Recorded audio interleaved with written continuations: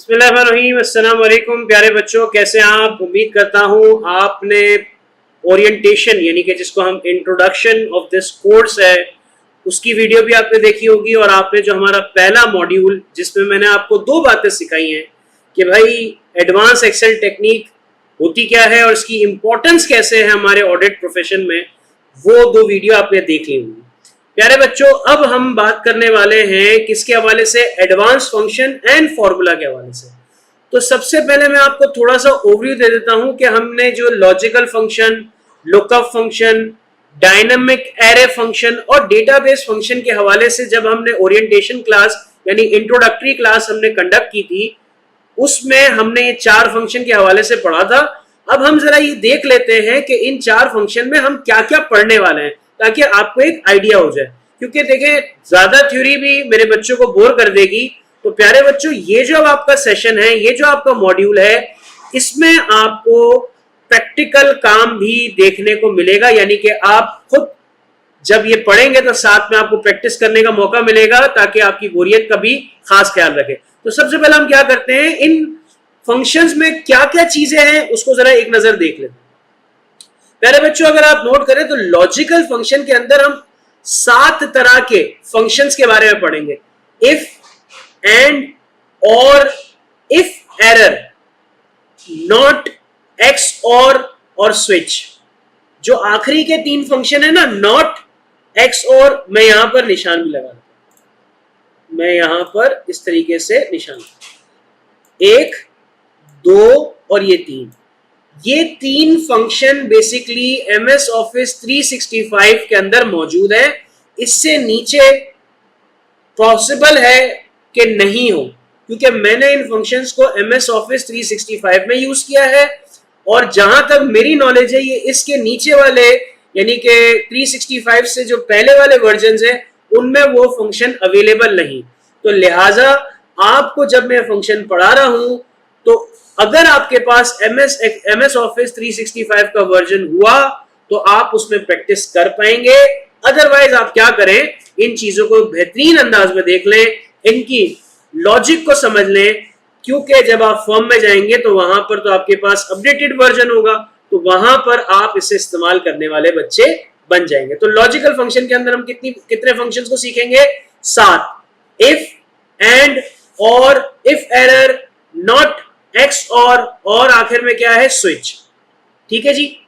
फिर इसके बाद अगर हम बात करें तो क्या है, यानी अगर आप नोट करें तो यहां पर मैंने लॉजिकल फंक्शन में वो लॉजिकल फंक्शन की भी लिस्ट में नाम रखे जो कि आपने एमएस ऑफिस में पढ़े थे। अगर वहां मिसप्लेस होगा तो यहाँ एक रिवीजन भी हो जाएगा, और कुछ ऐसे फंक्शन रखे जो कि एडवांस है, मिक्स कॉम्बिनेशन रखा है। ठीक है ना, क्योंकि लॉजिकल फंक्शन में कोई इतने ज्यादा फंक्शन नहीं है, यही फंक्शन है मेरे बच्चों। ठीक है। फिर इसके बाद हमारे पास लॉजिकल फंक्शन के सिंटैक्स, ये मैंने आप लोगों के लिए लिखे हुए, ये सब आपको सॉफ्ट कॉपी में अवेलेबल होगा, नोट्स की फॉर्म में अवेलेबल होगा, तो किसी चीज की टेंशन नहीं लेनी, इसे लिखना भी नहीं है। फिर हमारे पास आता है लुकअप। लुकअप फंक्शन में 4 चीजें सीखेंगे, V lookup, H lookup, x lookup जो कि नया है, और इंडेक्स। इसके अलावा कोई लुकअप फंक्शन नहीं है। यही फंक्शन एमएस ऑफिस में आपने पढ़े हैं, यही फंक्शन आप मेरे पास यहां भी पढ़ेंगे। बस वहां पर आपने एक्स लुकअप नहीं पढ़ा होगा, यहां पर आप एक्स लुकअप भी पढ़ेंगे, और वो तमाम चीजें जो आपको ऑलरेडी आती है प्यारे बच्चों, वो भी आपको एक दफा रिवाइज करने का मौका मिल जाएगा। ठीक है। अभी मैं डिटेल में नहीं जा रहा कि ये फंक्शन क्या है क्या नहीं है, मैं सिर्फ आपको बता रहा हूं इसमें पढ़ना क्या है हमने। इसके सिंटैक्स भी आप लोगों की खिदमत में पेश है यहाँ पर। फिर प्यारे बच्चों, डायनामिक एरे, ये कंप्लीटली न्यू है फंक्शन। ये वो फंक्शन है जो कि एमएस ऑफिस 365 के अंदर इनबिल्ड किए हुए हैं। इन फंक्शन का इस्तेमाल एडवांस फंक्शन के अंदर होता है। इन फंक्शन में कितने फंक्शन से जरा बात करते हैं। इसमें 6 तरह के फंक्शन है। फिल्टर, एक तो फिल्टर मैनुअली फिल्टर करते हो, यहां पर फंक्शन की मदद से करोगे। एक सॉर्टिंग आपने मैनुअल करते होगे, इंसर्ट के टैब में जाके आपके पास सॉर्ट का बटन होगा, वहां जाके सॉर्टिंग करते हो। यहाँ एडवांस है क्योंकि यहां पर हम सॉर्टिंग कर रहे हैं with the help of function. Sort by unique, unique क्या मतलब? जो आपके लिस्ट ऑफ डेटा है, उस लिस्ट ऑफ डेटा के अंदर बहुत से ऐसे वर्ड होंगे जो डुप्लीकेटेड होंगे, तो ये यूनिक का फंक्शन क्या करता है, उन डुप्लीकेट वर्ड्स को एक्सट्रैक्ट करके आपको लिस्ट की फॉर्म में प्रेजेंट कर देता है। सीक्वेंस, आप हमेशा कोई भी डेटा लिखते हैं तो खुद से लिखते हैं ना 1 2 3 4 5 6, वो खुद से लिखने के बजाय आप सीक्वेंस का फंक्शन अगर इस्तेमाल करोगे तो आपका वो काम आसान हो जाएगा। कभी कभार आपको रैंडम नंबर चाहिए होते हैं, वो रैंडम नंबर कैसे आएंगे उसको भी हम यहां पर बताएंगे। तो आपने 3 फंक्शन देखे, दिखाना मकसद था, अब एक एक करके समझना बाकी है। आखिरी हमारा क्या है, इसका भी सिंटैक्स आपकी खिदमत में। फिर हमारे पास है डेटाबेस। डेटाबेस फंक्शन एडवांस है कंप्लीटली। इसमें मैंने आपको सिर्फ और सिर्फ 3 फंक्शन अभी बता रहा हूं, क्योंकि कुछ ऐसे फंक्शन है जो के वक्त आने पे जिनका सिनेरियो आएगा तब जाके आपको रेलेवेंट समझ आए। लेकिन बहरहाल मैंने कोशिश ये की कि जो ज्यादातर इस्तेमाल होने वाले डेटाबेस के फंक्शन है वो मैं आपकी खिदमत में रख लूं। जो रियरली है वो आप, क्योंकि वक्त की नजाकत और वक्त की जरूरत को देख के वो फंक्शन इस्तेमाल होते हैं। अब उस टाइम पे इस क्योंकि ये सिचुएशन ऐसी है कि यहां पर मुझे बच्चों को रिलेटेबल भी कंटेंट देना है, तो वो फंक्शन जो कि ज्यादातर आपकी जरूरत पड़े, तो मेरा मकसद है वो आपको सबसे पहले सिखाना। ठीक है, तो इसमें हम 3 तरह के फंक्शन सीखेंगे। एक आपने नॉर्मल सम सीखा है, यहाँ पर डी सम है। नॉर्मल एवरेज सीखा है, यहाँ पर डी एवरेज है। फिर आपको एक काउंट का फंक्शन पता होगा, यहाँ पर डी काउंट है। तो प्यारे बच्चों, इन तमाम फंक्शंस को हमने यहाँ देखा कि हम इस पे क्या क्या पढ़ने वाले हैं। अब हम बात करते हैं अपने सबसे पहले फंक्शन के हवाले से, जो कि है लॉजिकल फंक्शन। तो आए जरा स्टार्ट करते हैं। हाँ, तो मेरे प्यारे बच्चों, लॉजिकल फंक्शन के हवाले से, यानी कि मैंने आपको पहले क्या बताया, एडवांस फंक्शन एंड फॉर्मूला का हमने मॉड्यूल स्टार्ट किया था, जिसमें सबसे पहला क्या था, लॉजिकल फंक्शन। वहां पर हमने क्या कहा था, इफ, एंड, और, इफ एरर, नॉट, एक्स और आखिर में क्या पढ़ा था हमने, स्विच। तो एक काम करते हैं, एक एक करके अब हम प्रैक्टिस करते हैं। सर ये फाइल हमें कहां से मिलेगी, पोर्टल पे अवेलेबल है, वहां से डाउनलोड कर लो। अगर वहां से डाउनलोड नहीं होगी मुझे मैसेज कर देना, मैं अपने बच्चों को सेंड कर दूंगा। लेकिन ये शीट आप लोगों के लिए प्रिपेयर करी है ताकि आप बच्चे आसानी के साथ इन तमाम लफाजियात में और चीजों में ना पड़ेंगे, पहले फाइल में डेटा तैयार करना पड़ेगा, नहीं, फौरन से काम करना शुरू करना। सबसे पहले हम बात करते हैं इफ के फंक्शन की। इफ का फंक्शन क्या है, उर्दू में कहते हैं इफ को अगर। तो मेरी लॉजिक क्या है कि मेरे पास बच्चों की परसेंटेज आई है, और बच्चों की परसेंटेज आई है और मुझे कहा जा रहा है कि भाई अगर किसी के नंबर 30% से कम होंगे, जिस बच्चे के नंबर 30% से कम होंगे, तो आपने क्या करना है, आपने उसको फेल कंसिडर करना है। और जिस बच्चे के परसेंटेज 30 या 30 से ज्यादा होगी, तो आपने उसको क्या कंसिडर करना है, पास कंसिडर करना है। रिपीट कर दूं एक और दफा, सुनिएगा बड़े गौर से। कंडीशन यह है, अगर आपका स्टूडेंट 30 से नीचे है तो क्या कंसिडर होगा, फेल। 30 या 30 से ज्यादा है तो क्या कंसिडर होगा, पास। आए जी, इक्वल्स टू, कभी भी कोई फंक्शन अप्लाई करेंगे क्या लिखेंगे, सबसे पहले इक्वल्स टू। इक्वल्स टू लगाने के बाद मैं लिखता हूं इफ। इफ लगाए, अब सबसे पहली लॉजिक क्या करनी है कि अगर ये वाली चीज, ये वाला सेल इक्वल है किससे, greater than equals to, greater than equals to किससे, अगर ये वाला सेल, अगर मैं इसको इस तरह कर दूं, ग्रेटर देन इक्वल्स टू अगर है, ग्रेटर देन इक्वल्स टू है किससे, 30% से, 30% से। ये मैंने 30% के लिए परसेंट का निशान भी लगा। अगर C3 में जो परसेंटेज निकली है वो 30 या 30 से ज्यादा है, तो आप क्या लिख दो, पास, माजरत, पास लिख दो। और अगर वो उसके नंबर 30 से नीचे हुए, यानी 30% से नीचे हुए, उसको क्या लिख दो, फेल। लेकिन हम यहाँ क्या लिखते हैं, आज पिटाई होगी। एक ऐसा मैसेज जो बच्चे को समझ भी आए कि 30 से कम परसेंटेज आई है तो उसकी पिटाई होने वाली है। एंटर करके देखते हैं क्या इस बच्चे की पिटाई होगी कि नहीं होगी, तो भाई इस बच्चे की तो पिटाई नहीं होगी।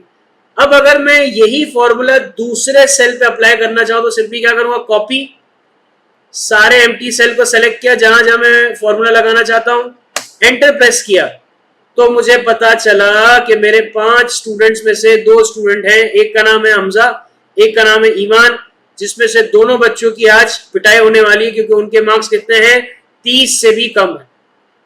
इफ का फंक्शन समझ आ गया बच्चों? आए जरा एक और आसान, मतलब इतना आसान कि आप बोलेंगे कि sir this is not good. वो क्या है? स्विच का फंक्शन। एक मुश्किल लगा, अब थोड़ा आसान बता देता हूं। स्विच का फंक्शन क्या है? आपने भी सेम फॉलो करना है सीक्वेंस।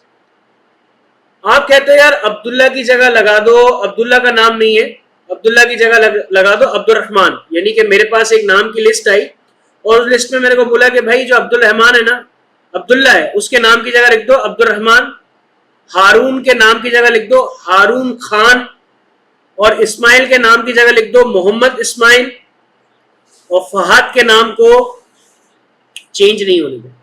रिपीट कर रहा हूं, बड़े गौर से सुनना। मेरे पास लिस्ट आई 4 नामों की। बोला यार ये जो अब्दुल्ला लिखा है उसको अब्दुल रहमान कर दो। मैं कहा ठीक है सर मैं कर दूंगा। जहां हारून लिखा है उसको हारून खान कर दो। मैं कहा मैं कर दूंगा सर। इस्माइल लिखा है उसको मोहम्मद इस्माइल कर दो। मैं कहा मैं कर दूंगा। और फहद लिखा है उसको कुछ भी ना करो। तो अब एक बच्चे को अगर फंक्शन नहीं आता होगा तो वह क्या करेगा? मैनुअली काम करना शुरू कर देगा। भाई ये चीज करनी होती तो इस कोर्स का पार्ट क्यों बनते? इस कोर्स का पार्ट तो इसीलिए बने हैं ताकि काम प्रोडक्टिव हो सके। तो इस काम को कैसे करेंगे? इक्वल्स टू स्विच, स्विच लगा दिया। अब इस फंक्शन को हमने क्या करना है? इक्वल टू करेंगे। एक्सप्रेशन मैंने दे दिया। अब मैंने पहली बात करनी है, जैसे मैंने यहाँ वो दिया, अपना एक्सप्रेशन दिया। एक्सप्रेशन देने के बाद मैं पहली वैल्यू क्या करूंगा? इन्वर्टेड कॉमास लिखूंगा कि भाई ये जो अब्दुल्ला लिखा हुआ है ना, यहाँ पर ये अब्दुल्ला जो लिखा हुआ है, इन्वर्टेड कॉमा लगा देता हूं मैं, इन्वर्टेड कॉमा। इसकी जगह तुम क्या कर दो? इसकी जगह कर दो अब्दुल रहमान। ठीक है, पहला काम तो मैंने इसको क्या बोला कि पहली जो वैल्यू होगी ना उसकी जगह तुम पता है क्या कर दो? अब्दुल्ला लिखा है उसकी जगह अब्दुल रहमान कर दो। फिर मैंने क्या बोला? फिर मैंने कहा कि भाई आप एक काम करो, क्या आपको इसी लिस्ट में, अब मैं हर जगह पे अलग अलग फॉर्मूला लिखूंगा तो बहुत टाइम लगेगा ना, मैं एक ही जगह सारी कारस्तानियां लिख देता हूं। क्या है? मैंने कहा कि फिर आपको जब दूसरे सेल पे जाओगे ना वहां पर आपको मिलेगा हारून। तो हारून खाली नाम नहीं है, उसके नाम को क्या करना है? उसके नाम को करना है हारून खान करना है। और फिर तीसरा जो नाम मिलेगा ना वो मिलेगा इस्माइल। तो आपने उस नाम को इस्माइल नहीं करना बल्कि आपने उसके नाम को क्या करना है? मोहम्मद इस्माइल। ठीक है, और फिर इसके बाद आपको जो फहद मिलेगा ना, फहद मिलेगा, उसके नाम की जगह लिख देना अननोन। अननोन का मतलब यहां मैंने कुछ भी नहीं लिखना। सर जरा इसको थोड़ा एक्सप्लेन करें आपने क्या किया? बिल्कुल कर दो, बड़े गौर से तवज्जो चाहूंगा। मेरे पास लिस्ट आई, मुझे कहा गया कि भाई एक काम करो, जो नाम लिखे हैं ना उस नाम को इस तरह से लिख दो जिस तरह बताया है। यानी अब्दुल्ला को अब्दुल रहमान, हारून को हारून खान, इस्माइल को मोहम्मद इस्माइल और फहद को कुछ भी ना करो। अब एक बंदा क्या कर रहा है? मैनुअली काम कर रहा है, इतना टाइम लग जाएगा। आप इस कोर्स के बच्चे थे, आपने स्विच का फंक्शन लगाया। आपने कहा कि मैं एक काम करता हूं, स्विच के फंक्शन के साथ मैं इस काम को करता हूं। तो आपने स्विच का फॉर्मूला लगाया। आपने कहा कि जो A35 है इस नाम को भी चेंज करना है। B35 है, B36 है, इस नाम को भी चेंज करना है। फिर आपने कहा A37 है, इस नाम को भी चेंज करना है। और A38 है, इसको चेंज नहीं करना। यानी कि जब मैं फॉर्मूला को नीचे ड्रैग डाउन करूंगा तो हर जगह पे चेंजेस आनी चाहिए। तो जो 835 है उसमें कौन सा नाम लिखा? अब्दुल्ला, जिसको कन्वर्ट किस में करना है? अब्दुल रहमान में। फिर जब मैं इसको ड्रैग करूंगा तो हारून लिखा हुआ आ जाएगा, तो मैं हारून की जगह क्या करूंगा? हारून खान कर दूंगा। फिर जब इस्माइल लिखा हुआ आ जाएगा तो इस्माइल की जगह मैं क्या कर दूंगा? मोहम्मद इस्माइल कर दूंगा। फहद की जगह कर दूंगा अननोन। एंटर प्रेस करता हूं, अब्दुल रहमान आ गया। अब इस सेल को कॉपी करता हूं, बाकी एम्प्टी सेल को सिलेक्ट करके एंटर का बटन प्रेस किया, आपके सामने स्विच का फंक्शन तैयार। अब आपका जो सीनियर होगा वो बोलेगा यार ये बेटा ये अननोन क्या लिखा हुआ है? आप उसको बोल सकते हो सर मैंने स्विच का फंक्शन इस्तेमाल किया था, तो मैंने क्या किया, जो नाम को आपने चेंज करने से मना किया था वहां पर मैंने अननोन लिख दिया। और बाकी जो नाम आपने चेंज करने के लिए बोले थे वहां मैंने इस फंक्शन की मदद से वो नाम चेंज कर दिया। तो इफ और स्विच का फंक्शन आसान हो गया, दो फंक्शन हो गए। 5 मिनट देता हूं मेरे बच्चे, इसकी प्रैक्टिस कर लो, फिर हम आगे मुलाकात करते हैं। एंड और और अलग है, ठीक है। आए जरा इसकी प्रैक्टिस कर ले मेरे बच्चों। हाँ तो मेरे प्यारे बच्चों, इफ और स्विच के फंक्शन को पढ़ा, फिर मैंने आपको प्रैक्टिस का टाइम दिया था कि हाथों हाथ प्रैक्टिस हो जाए। अब हम किस फंक्शन को पढ़ेंगे? एंड और इन दोनों का डेटा भी प्यारे बच्चों आपके लिए बनाया हुआ है। ये एंड का डेटा है बेटा, और ये आपके पास और का डेटा है। सबसे पहले हम समझते हैं एंड का मतलब क्या है। आपको दो कंडीशन दी जाए और दोनों कंडीशन को पूरा करने पे ही आप एलिजिबल होंगे। जैसे मैं आपको एक छोटी सी एग्जांपल देता हूं। आप गाड़ी चला रहे हैं, रास्ते में आपको लाइसेंस रखना भी जरूरी है, आपको CNIC रखना भी जरूरी है, और आपको हेलमेट पहनना भी जरूरी है अगर आप बाइक चला रहे हैं। और अगर आप बाइक नहीं चला रहे तो आपको सीट बेल्ट लगाना जरूरी है। यानी ये जो CNIC है ये रखना भी है, आपको जो लाइसेंस है वो रखना भी जरूरी है। गाड़ी में है तो सीट बेल्ट, और अगर आप बाइक पे हैं तो हेलमेट। यानी जो तीन चीजें हैं, ये तीन चीजें अगर आप अपने पास रखेंगे, then you are eligible to drive और राइड अ बाइक। मैं पाकिस्तान की बात नहीं कर रहा, पाकिस्तान में तो आपको पता है। तो कहने का मकसद है, दुनिया भर में उसूल है कि आपको क्या करना है, कवानीन में सारे कवानीन को फॉलो करना है, तभी आप एलिजिबल होगे। जैसे मिसाल के तौर पे आपसे कहा जाए एग्जाम हॉल में कि बेटा आपने एडमिट कार्ड भी लाना है और CNIC भी लाना है, दोनों ही जरूरी है। सिर्फ एडमिट कार्ड लाना है तो इसका मतलब ये नहीं कि CNIC भूल गए, नहीं। सिर्फ CNIC लाए, एडमिट कार्ड भूल गए, नहीं। दोनों आपने रिक्वायरमेंट को पूरी करनी है, तभी जाके आपका काम हो सकेगा, otherwise you are not allowed to sit in exam. इसी तरीके से आपके पास एक डेटा आया जिसमें आपके पास बहुत से कस्टमर्स ने आपसे कुछ ना कुछ प्रोडक्ट खरीदी है, यानी कि आपने बहुत से कस्टमर्स को चीजें सेल की है through out the period, through out the year. अब आप उनको क्या करना चाहते हो? उनको क्रेडिट रेटिंग देना चाहते हो, यानी कि उनको कहना चाहते हो कि भाई क्या इस बंदे को उधार पे सामान देना चाहिए कि नहीं देना चाहिए। सुनना मेरी बात, आपके पास बहुत से कस्टमर है, सब आपसे कोई ना कोई चीज सेल कर रहे हैं। आप कह रहे हो कि भाई एक काम करो, हर कस्टमर को उधार देना शुरू करो, लेकिन पहले ये देखो कि उसकी साल भर की सेल 5 लाख से ज्यादा है, पहली रिक्वायरमेंट। और दूसरी रिक्वायरमेंट, उसकी क्रेडिट रेटिंग 6 से ज्यादा होनी चाहिए।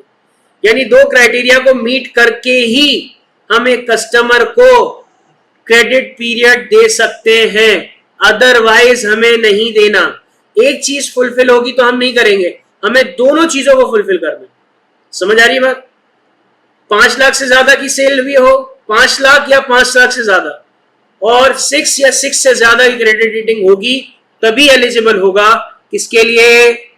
जबरदस्त क्रेडिट पीरियड के लिए।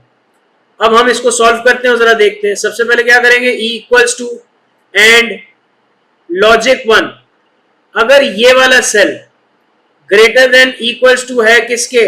5 लाख के। ग्रेटर देन इक्वल टू है 5 लाख के। अब लॉजिक 2 देना है। लॉजिक 2 में क्या करना है? वापस से मैं इसी को सिलेक्ट करूंगा, मैं कहूंगा ग्रेटर देन इक्वल टू 6 है, ग्रेटर देन इक्वल टू 6 है। अब मैं क्या करूं? क्या लॉजिक 3 भी दे दूं? तो मैं यहां पर ब्रैकेट को कर दूंगा क्लोज, और दोनों मैंने दे दिया। अब मैंने किया फॉल्स। क्यों फॉल्स आया? क्यों फॉल्स आया? इसलिए फॉल्स आया कि सर ना कस्टमर ए की सेल 5 लाख से ज्यादा है, ना उसकी क्रेडिट रेटिंग 6 से ज्यादा है, तो फॉल्स ही आएगा। अब हम एक काम करते हैं, बाकी सेल पे ये फंक्शन अप्लाई करते हैं। तो कंट्रोल करके बाकी सेल पे मैंने एंटर प्रेस किया, तो प्यारे बच्चों मुझे ऐसे लोग पता चले। अच्छा मैं एक काम करता हूं, आपकी सहूलत के लिए जो मैंने पॉइंट्स में लिखा है ना, इसको मैं राउंड ऑफ कर देता हूं। ये मैं एक काम करता हूं, इससे मैं राउंड ऑफ, ये राउंड ऑफ कर दिया, ठीक है मेरे बच्चों, ताकि बात का मसला नहीं। क्योंकि वहां पर 6 लिखा है, यहाँ 5.5 आ रहा है, तो आपके हिसाब से तो ये फॉल्स होना चाहिए था, लेकिन राउंड ऑफ करके हमारा है, ठीक है ना। तो पहला जो कस्टमर था उसकी जो सेल है वो 5 लाख से कम है और उसकी रेटिंग भी 6 से कम है, तो एलिजिबल नहीं है। लेकिन जो हमारा कस्टमर बी है उसकी सेल 5 लाख से ज्यादा है, उसकी रेटिंग भी 5 लाख से ज्यादा है। फिर कस्टमर सी, उसकी भी जो अमाउंट है वो 5 लाख से ज्यादा और रेटिंग भी 5 लाख से ज्यादा। कस्टमर डी, फिर कस्टमर ई। अब ये जो 4 कस्टमर हैं, ये एक ऐसे कस्टमर है मेरे प्यारे बच्चों जो दोनों रिक्वायरमेंट पूरी कर रहे हैं, पूरी कर रहे हैं। बाकी जो कस्टमर हैं उनमें उन्होंने क्या किया है, कोई एक रिक्वायरमेंट पूरी की है तो दूसरी रिक्वायरमेंट पूरी नहीं की, या कुछ कस्टमर ने तो दोनों रिक्वायरमेंट पूरी नहीं की, तो वो एलिजिबल ही नहीं है। तो यहां क्या आप मेरे बच्चे एंड का फंक्शन समझ गए? ठीक है, प्रैक्टिस नहीं करना, एक और फंक्शन पढ़ते हैं फिर प्रैक्टिस करते हैं मेरे बच्चों। अब हमारे पास है और का फंक्शन। और का फंक्शन क्या करता है मेरे प्यारे बच्चों? और का फंक्शन एक काम ये करता है, दोनों में से कोई एक भी रिक्वायरमेंट फिल हो गई तो आपको हम इनाम देंगे। अब वो क्या इनाम है जरा देख लेते हैं। डेटा में हमें क्या दिया गया है, मेरे बहुत से कस्टमर हैं, उनको मैंने देना है डिस्काउंट। मैं देखना चाहता हूं कि डिस्काउंट के लिए एलिजिबल कौन है, तो मैंने कंडीशन क्या लगाई कि कस्टमर को देख रहे हैं, अगर उसकी टोटल सेल 20,000 से ज्यादा है, 20,000 या 20,000 से ज्यादा है, या उसने 10 या 10 से ज्यादा प्रोडक्ट खरीदी है। जरूरत नहीं कि हर कस्टमर 20 या 20,000 से ज्यादा की प्रोडक्ट खरीदे। कोई बंदा एक प्रोडक्ट खरीदी, वही 20,000 से ज्यादा की निकली। कोई बंदा 10 प्रोडक्ट खरीद रहा है, वो टोटल 12,000 की निकल रही है। कोई बंदा 13 प्रोडक्ट खरीद रहा है, वो 12,000 की निकल रही है। कोई बंदा 14 प्रोडक्ट खरीद रहा है, वो 16,000 की निकल रही है। तो दोनों में से कोई एक कंडीशन, या तो 20 या 20,000 से बंदा सेल करे आपसे, यानी कि परचेज करे चीज, या फिर उसने 10 प्रोडक्ट खरीदी। दोनों में से कोई एक कंडीशन पूरी हो गई, उसे डिस्काउंट दे दो। आए ये फंक्शन कैसे अप्लाई करेंगे? इक्वल्स टू और टोटल बिल वो 7 में है, greater than equal to 20,000, greater than equal to 20,000 किया। फिर मैं यहाँ प्रोडक्ट वाले सेल पे आ गया जो कि है P7। अगर ये ग्रेटर देन इक्वल टू 10 है तो अब क्या आएगा, ट्रू या फॉल्स में से आएगा। तो मैंने क्या किया, एंटर प्रेस किया तो फॉल्स आया। अब जरा यही फंक्शन को बाकी सेल पे अप्लाई करते हैं। ये मेरे बच्चों में अप्लाई कर रहा हूं और एंटर प्रेस किया तो देखें, मैं हाईलाइट कर देता हूं। सबसे पहले 1,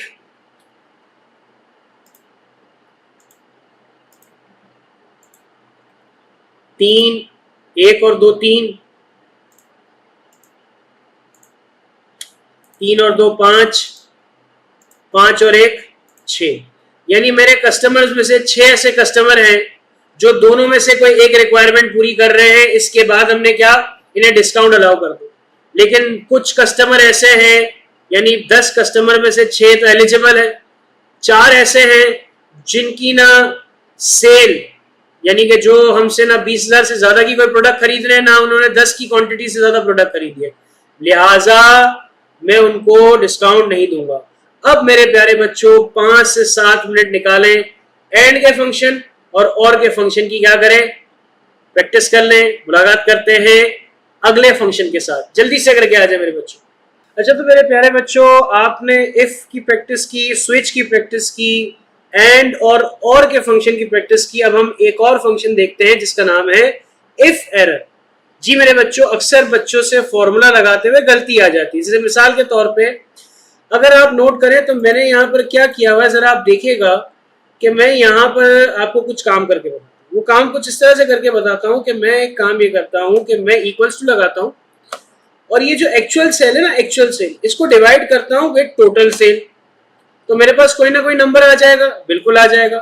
लेकिन जब यही फॉर्मूला मैं दूसरे सेल पे अप्लाई करता हूं तो मुझे कहीं पे वैल्यू का एरर नजर आ रहा होगा आपको। अब ये एरर आ रहा है, इसका मतलब क्या है कि जिस चीज को मैं टोटल सेल से डिवाइड कर रहा हूं वहां कोई मसला आ रहा है। या तो एक्चुअल सेल में कोई मसला है या तो टोटल सेल में कोई मसला है। तो अब ये मैं यूजर को कैसे, क्योंकि वैल्यू का फंक्शन तो कोई मायने थोड़ी रख रहा है, अगर आप एक्सपर्ट नहीं है, आपको अगर नहीं समझ के भाई एरर क्या, एरर की जबान क्या है, जब कोई एरर आता है तो उसके पीछे का क्या मतलब है, तो आपने क्या किया, आपने अपनी सहूलियत के लिए कहा कि जब भी कोई एरर आएगा तो मैं जब एक फॉर्मूला अप्लाई कर रहा हूं, फॉर्मूला अप्लाई करने में कहीं किसी सेल में कोई एरर आया तो बेसिकली मुझे मीनिंगफुल इंफॉर्मेशन देनी चाहिए। यानी कि जब वो एरर है तो मुझे वैल्यू एरर ना दे, या मुझे कोई ऐसी बात ना करे जो मेरे समझ से हटके हो, मुझे कोई ऐसी बात करे जिससे मैं काम को रीचेक कर सकूं। तो मैं इस काम को कैसे करूंगा, जरा इसे देखिए। मैं एक काम करता हूं, मैं यहां पर लगाता हूं इक्वल्स टू और लिखता हूं इफ एरर लगाया। अब मैंने एक्चुअल सेल को डिवाइड किया टोटल सेल से, एक्चुअल सेल को डिवाइड किया टोटल सेल से। अगर एरर हुआ तो मतलब कहने का मकसद है ये डिवाइड कर देगा। अगर एरर नहीं हुआ तो डिवाइड कर देगा, और अगर एरर हुआ तो क्या लिखा हुआ है, प्लीज रीचेक द सेल। ठीक है, मैंने क्या कहा, इफ एरर, कि भाई क्या करो, आप पहले एक्चुअल सेल और टोटल सेल को डिवाइड करो। अगर तो वो सही आ रहा है तो आप मुझे आंसर ला के दे दो, अगर उसमें कोई एरर है तो मुझे कोई अलग से बात कहने के, जैसे यहां पर लिखा हुआ है एट वैल्यू, मुझे नहीं समझ आ रहा, उसकी जगह पे मुझे क्या कर दो, वैल्यूएबल इंफॉर्मेशन दो, ताकि मैं देख सकूं कि क्या मसला है और मैं उस पर रिएक्ट कर सकूं। एंटर प्रेस किया, इस सेल को बाकी सेल में मैंने पेस्ट किया, तो 2 सेल मेरे पास आपके सामने यहां पर ऐसे आए। थोड़ा सा मैं इसको, जिसमें मुझे कहा गया कि प्लीज रीचेक द सेल। अब मैं यहां जाके कर लेता हूं 12,000 तो ये हट जाएगा, यहां पर अगर मैं कर लेता हूं 13,000 तो ये यहां से हट जाएगा। समझ आ गई बात, ये 2 चीजें इफ एरर समझ आ गया। अब हम प्रैक्टिस करते हैं एक नया फंक्शन जो कि प्यारे बच्चों आपके सामने है, एक्स और का फंक्शन है, बड़ा जबरदस्त फंक्शन है, बड़े गौर से सुनना। एक्स और का फंक्शन क्या है, एक गेम है, 4 टीमें हैं और सेमीफाइनल के राउंड पे पहुंचने। तो जो टीम ने पहला मैच खेला और जीत गई, दूसरा मैच खेला और जीत गई, तो वो कहां जाएगी, वो तो फाइनल में चले गई।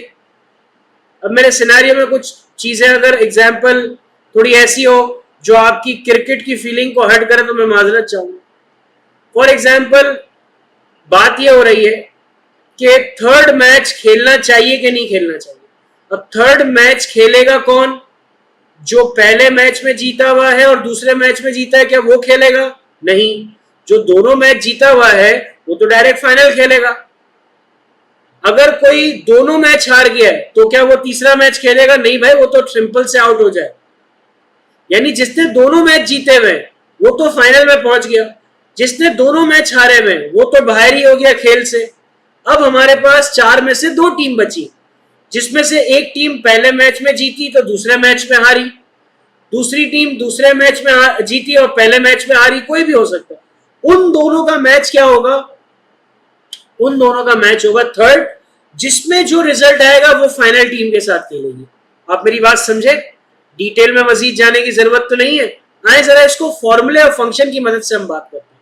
इक्वल्स टू एक्स और पहला लॉजिक, अगर गेम 1 में आपका बंदा जीता हुआ है, ठीक है, और गेम 2 में भी आपका बंदा जीता हुआ है, ठीक है, तो वो क्या लिखा हुआ आएगा? उसको मना करेगा, भाई इसको खेलने की जरूरत ही नहीं है अगर दोनों में जीता हुआ, और अगर दोनों में आ रहा है तो भी कोई जरूरत नहीं है खेलने की, बाहर निकल भाई। अगर दोनों में से कोई एक मैच जीता हुआ है तो उसको तीसरा खेलने की जरूरत है। एंटर प्रेस करते हैं तो भाई इस एंटर को प्रेस करने के बाद कॉपी किया फंक्शन को और तमाम दूसरे सेल में अप्लाई किया, तो मुझे क्या पता चला कि 2 टीमें ऐसी हैं जिनको खेलने की जरूरत ही नहीं है। एक पहला टीम जो इसलिए नहीं खेल रही कि जिसने दोनों मैच जीते हुए, बी टीम इसलिए खेल रही है क्योंकि उसने दोनों में से एक मैच जीता है और एक मैच हारा है। टीम सी दोनों के दोनों मैच अल्लाह माफ करे ये हार चुकी है, इससे तो बाहर भगा दो भाई, इससे तो बाहर भगा दो।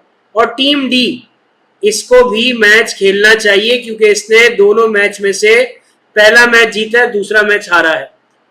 तो प्यारे बच्चों ये एक्स और का फंक्शन भी आप लोगों के लिए कितना आसान है। तो प्यारे बच्चों 5 मिनट निकालें, इफ एरर और एक्स और की प्रैक्टिस करें। फिर हमारा जो आखिरी फंक्शन है, लॉजिकल फंक्शन का आखिरी फंक्शन नॉट, उस पर बात करके हम अपने लॉजिकल फंक्शन को खत्म करते हैं। प्यारे बच्चों जल्दी से प्रैक्टिस करके आ जाएं। अच्छा, तो मेरे प्यारे बच्चों आपने लॉजिकल फंक्शन की जो सीरीज थी हमारी, बल्कि है, उसमें आपने क्या पढ़ा? इफ, फिर इसके बाद आपने स्विच, फिर एंड, फिर और, फिर इफ एरर, फिर एक्स और अब आखिरी फंक्शन जो है वो है नॉट। इस नॉट के फंक्शन को समझने के लिए आपने करना यह है थोड़ा डेटा मेरे साथ समझना। डेटा क्या है, बात सुनिएगा। हमारे पास कुछ प्रोडक्ट्स हैं और उस प्रोडक्ट की कोई एक लिमिटेशन है, और वो लिमिटेशन ये है कि जो प्रोडक्ट सी है ना हमारी, वो नहीं चलती। यानी कि हमने पहले सारी प्रोडक्ट्स बनाने की कोशिश की और फिर सारी प्रोडक्ट को बेच रहे थे, लेकिन फिर हमें पता ये चला कि जो प्रोडक्ट सी है ना वो नहीं बिकती। तो हमने क्या किया, हमने कहा कि भाई अब इस दफा हम है ना प्रोडक्ट सी नहीं बनाएंगे। तो अब हुआ कुछ इस तरीके से कि मेरे पास, अच्छा मैं इसको एक काम करता हूं, पहले इस तरीके से समझाऊंगा फिर और आसान कर दूंगा। तो हम ये देखना चाहते हैं कि हमारी जो लिस्ट ऑफ प्रोडक्ट है उसमें कौन कौन सी प्रोडक्ट सी है।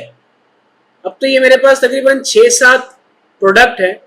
अगर ये कोई 1000-1200 का डेटा होता और मैं ये 4 प्रोडक्ट 5 प्रोडक्ट अलग अलग डेट्स पे सेल कर रहा होता, तो पता नहीं कितनी जगहों पे मेरे पास क्या आता, सी आता, प्रोडक्ट का नेम क्या आता, सी आता। तो मैं सब जगह से सी को एलिमिनेट करना चाहता था। तो मुझे कैसे पता चलता, या तो मैं फिल्टर लगाता, लेकिन अब मैं फिल्टर की जगह पे एक और फंक्शन का जो इस्तेमाल करूंगा वो होगा नॉट का फंक्शन।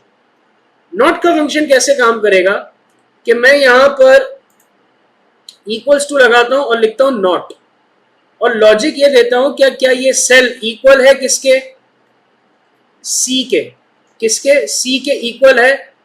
तो जवाब आएगा ट्रू। यानी क्या मतलब, यानी क्या मतलब, मिसाल के तौर पे अब इस चीज को आसान एग्जाम्पल समझो। कभी आपके पास एमसीक्यूज में सवाल आया होगा कि इन चारों में से कौन सा नॉट है।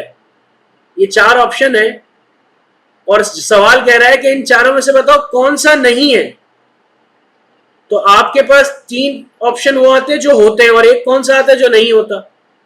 तो जो चीज सही है आप उसको क्या करते हो,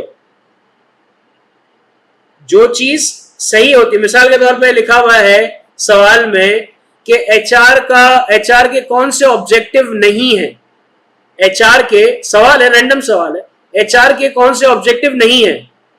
तो आप अब कौन से जवाब टिक करोगे, वो जवाब जो होंगे या वो जवाब जो नहीं होंगे?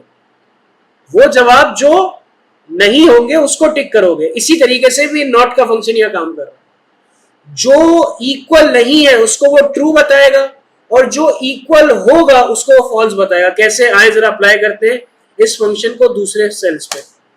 अगर आप नोट करें जो तो सी है वो इक्वल है, तो इसलिए क्या बताया, फॉल्स बताया। बाकी सबको क्या बताया, ट्रू बताया। अगर मैं इसको भी, इस वाले सेल को सी कर दूं तो ये फॉल्स बताएगा, इस सेल को भी सी कर दूं तो फॉल्स बताएगा, इस सेल को भी सी कर दूं तो फॉल्स बताएगा। यानी जो सी के अगेंस्ट है उसे ट्रू बता रहा है और जो सी है उसे फॉल्स बता रहा है। तो प्यारे बच्चों अब 5 मिनट निकाल के इसकी प्रैक्टिस करें। अल्हम्दुलिल्लाह लॉजिकल फंक्शन कंप्लीट कर लिया। अब हम अगली जो एडवांस फंक्शन एंड फॉर्मूला की सीरीज पे बात करेंगे उसमें हम लुकअप फंक्शन को देखेंगे। तो उम्मीद करता हूं ये तमाम फंक्शन की प्रैक्टिस कर लेंगे। मुलाकात करते हैं अपने लुकअप फंक्शन के साथ। तब तक के लिए अपना ख्याल रखें। अल्लाह हाफिज।